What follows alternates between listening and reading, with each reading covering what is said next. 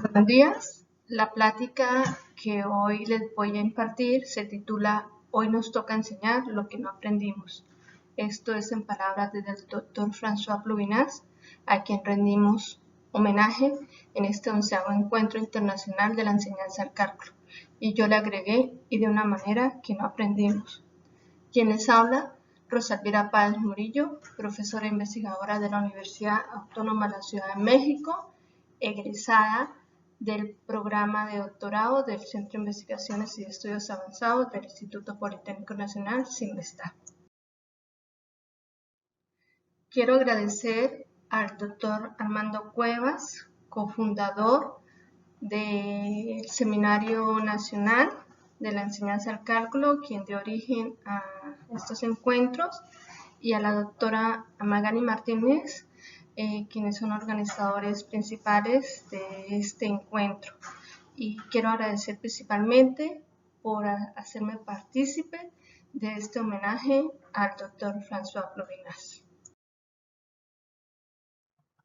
A la vez de presentarles resultados importantes de la fase 4 del proyecto de enseñanza al cálculo que llevamos a cabo en nuestra universidad, quiero ir reflexionando y planteando perspectivas sobre los procesos de enseñanza-aprendizaje, dado a la necesidad que vivimos en México de un confinamiento derivado de la pandemia.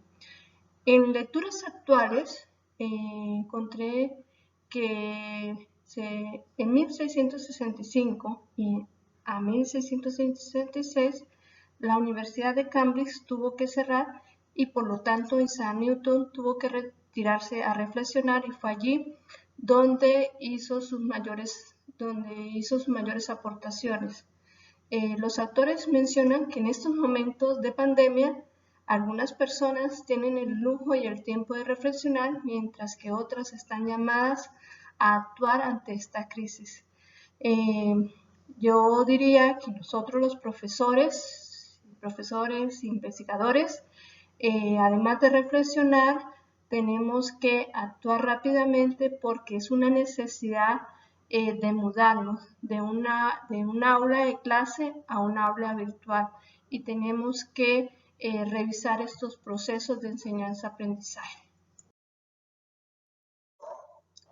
En la conferencia del año pasado, en el CAL 10 en Veracruz, el doctor Plovinaz mencionaba sobre los diversos procesos de enseñanza-aprendizaje, en específico los que tienen que ver con el cálculo y el uso de la TIC. Allí especificaba sobre la enseñanza tradicional, donde el profesor explica y luego los estudiantes aplican, o en un proceso totalmente diferente como es el aula invertida. En un artículo donde habla de los procesos e-learning y blended learning del año 2010, los autores afirman que se iba a necesitar tiempo para que las universidades pudieran llevar a cabo estos procesos y se cambiara esta forma de enseñar y aprender. Pues no hubo necesidad de esperar tanto tiempo, sino simplemente es una situación que vivimos y que nos obliga a mudarnos hacia estos procesos. Ya a 30 años del uso de las TIC en la enseñanza de las matemáticas, lo que queremos hacer es reflexionar sobre qué mantenemos del camino recorrido y cómo lo mantenemos. Nosotros estamos haciendo una propuesta pedagógica donde se le dé mayor responsabilidad al estudiante de nivel universitario. En la modalidad presencial o en la modalidad virtual, con el uso de la tecnología de la información y la comunicación, una primera reflexión del profesor está dada en el diseño de un documento para el trabajo activo de los estudiantes. Este documento va de la mano con el artefacto tecnológico seleccionado, llámese GeoGebra, llámese Graph, llámese calculadora.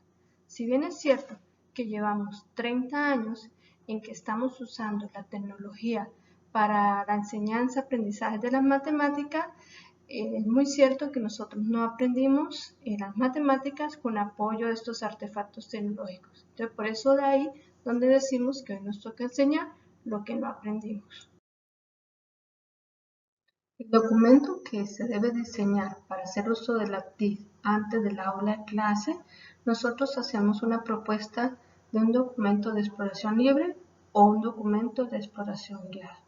El documento de exploración libre corresponde a una actividad en la que el estudiante es totalmente autónomo y se le dan unas indicaciones que definen el objetivo de investigación. El documento de exploración guiada comprende una serie de instrucciones en relación con el uso del software y seguidamente se plantean preguntas de reflexión para obtener respuesta y que se puedan analizar esos resultados. A continuación, vamos a mostrar algunos ejemplos de actividades de exploración libre y actividades de exploración guiada que hemos diseñado para nuestros experimentos educativos.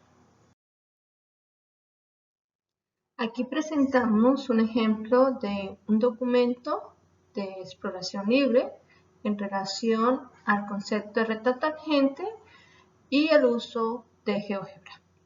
Como pueden ver, se le solicita al estudiante, bueno, en este caso no fueron estudiantes, fueron profesores, porque es un documento que utilizamos en el taller del CAL 10. Entonces, aquí le solicitamos a los docentes que exploraran la herramienta GeoGebra, ya sea con el icono o ya sea con la barra de entrada.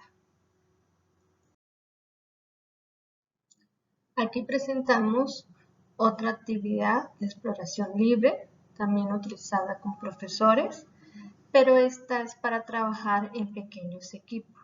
Nos centramos en el icono o la barra herramienta tangente y hacemos preguntas con el fin de que los participantes reflexionen sobre con qué objeto matemático iniciaron, qué elementos tuvieron que tomar en cuenta y también sobre ventajas y desventajas de la forma como fueron utilizando estos objetos matemáticos y estos elementos. Ahora presentamos una actividad de exploración guiada. Esta actividad es en relación al estudio de asíntotas, se le aplicó a estudiantes de primer semestre de nuestra universidad y aquí estamos haciendo uso de GeoGebra. Como podemos evidenciar, la actividad se le dan instrucciones en relación al software, pero también se le plantean preguntas con el fin de que el estudiante vaya hacia el logro de un objetivo de aprendizaje. Esta experimentación, resultado, nosotros hicimos una publicación y que para mayor detalle pueden consultar el siguiente artículo. Esta es una actividad de exploración guiada utilizada en una segunda experimentación, igual con estudiantes de cálculo diferencial en relación a las funciones racionales. Aquí experimentamos con 3 artefactos, como fue GeoGebra, Graph y finalmente en una calculadora no graficadora. Fuimos de un artefacto de mayor potencia a uno de menor. Para más detalles podemos consultar el artículo que aparece aquí. A la par del diseño de las actividades de exploración libre y de exploración guiada, debemos reflexionar sobre la metodología de enseñanza a utilizar en el aula de clase. En nuestras experimentaciones hemos utilizado la metodología de enseñanza ACODESA, que tiene sus orígenes en la tesis de doctorado en el año 2004. Esta metodología integra elementos del aprendizaje cooperativo, del debate científico, la autorreflexión y finalmente la institucionalización del conocimiento. Vamos a ver a detalle cada una de estas etapas. Esta metodología de enseñanza inicia en una primera etapa con un trabajo individual. Este trabajo individual se realiza con una actividad de exploración libre o puede ser una actividad de exploración guiada. Se le da cierto tiempo para que el estudiante pueda comprender la situación y pueda reflexionar sobre las preguntas planteadas. Luego pasamos a una segunda etapa que corresponde a un trabajo en equipo. Aquí se reúnen los estudiantes para desarrollar ya sea la misma actividad o ya sea otra actividad igual, utilizando actividades de exploración libre o exploración guiada. Se recomienda que los grupos sean a lo más 3 estudiantes. Mientras los estudiantes trabajan en equipo, el profesor va observando la manera como abordan cada una de las actividades con el fin de recolectar las ideas menos refinadas, porque para la tercera etapa, que corresponde al debate científico, es importante iniciar este debate con las ideas menos refinadas, ya que si un estudiante nos presenta la solución y la respuesta correcta, ya no da pie para toda una reflexión de refinamiento. Y una cuarta etapa que corresponde a una etapa de autorreflexión, que es el trabajo que el estudiante realiza en casa. En este proceso de aprendizaje en cooperación, en apoyo a las actividades didácticas de exploración libre o guiada, surgen representaciones espontáneas y lo que queremos es que precisamente se realice una construcción social del conocimiento. La institucionalización del conocimiento, que es la última etapa, se hace precisamente retomando esas representaciones espontáneas de los estudiantes, esas ideas, hasta llegar a un nivel que podamos institucionalizar. Ahora vamos a reflexionar en los retos dentro de esta nueva modalidad virtual. Para diseñar las actividades didácticas debemos tomar en cuenta el tiempo de duración de la clase. En nuestro caso, trabajamos en función de 90 minutos. En esos 90 minutos nosotros desarrollábamos las primeras 3 etapas de la metodología CODESA. Ahora tenemos que reflexionar y tenemos que ser creativos a la hora de ir realizando cada una de las etapas. Entonces, con respecto al trabajo individual, quizás no nos resulte problemático, porque la actividad didáctica se le puede hacer llegar al estudiante a través de una plataforma o a través de un medio electrónico. Él inicia ese trabajo de manera individual. El reto se encuentra en la segunda etapa, el trabajo en equipo. Aquí tenemos que reflexionar qué nos conviene, si trabajar de una manera sincrónica o asincrónica y cómo se va a hacer esta discusión. Y un aspecto muy importante, no solamente si se va a hacer de manera sincrónica o sincrónica, sino que el profesor debe idearse, buscar la manera para que pueda recolectar las ideas que le van a permitir generar un debate científico que corresponde a la tercera etapa. Entonces, dentro de los retos que nos plantearemos en este momento es cómo vamos a hacer como docente para que en esa discusión de trabajo en equipo podamos identificar las ideas que nos van a permitir el debate científico. Y cómo el profesor o cómo nosotros profesores vamos a realizar la orquestación, es decir, cómo vamos a coordinar las diversas formas empleadas por los estudiantes al usar los instrumentos en juego. Entonces, serían los retos que en este momento tenemos en la modalidad virtual. Retomando los resultados de las investigaciones que hemos tenido y en esta manera de implementarse las actividades didácticas con esta metodología en un ambiente virtual, estoy reflexionando sobre qué aspectos pueden ser afectados. De acuerdo a cómo el estudiante considere completar la actividad didáctica, ya sea de manera a mano o utilizando un procesador de texto, esto puede condicionar los signos que utilizan. Entonces, es decir, las representaciones espontáneas que utilizan los estudiantes podrían verse afectadas por el procesador de texto. Otro aspecto que ya lo encontramos y que se agudiza es la escritura lineal en el registro algebraico. ¿Qué significa eso? Por ejemplo, cuando utilizamos GeoGebra, escribimos límite, abrimos paréntesis, escribimos la función, coma y el valor. Es decir, hacemos una escritura lineal. En el ejemplo que estoy mostrando, vemos precisamente es una confusión entre esa escritura lineal y la escritura que utilizamos en las matemáticas.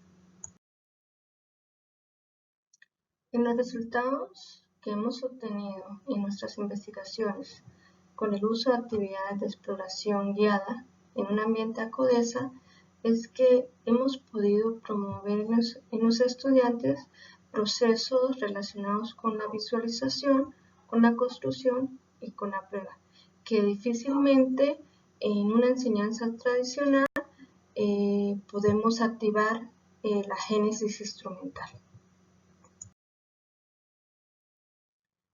Ya para ir cerrando esta plática, presento el cuadro que colocamos en el póster en el Congreso de Espacio de Trabajo Matemático 2018, donde hacemos una comparación entre la enseñanza antes de la TIL, la cual mencionamos específicamente que es efectiva, que funciona, donde se dan definiciones, donde se dan procedimientos algorítmicos y luego se colocan ejercicios.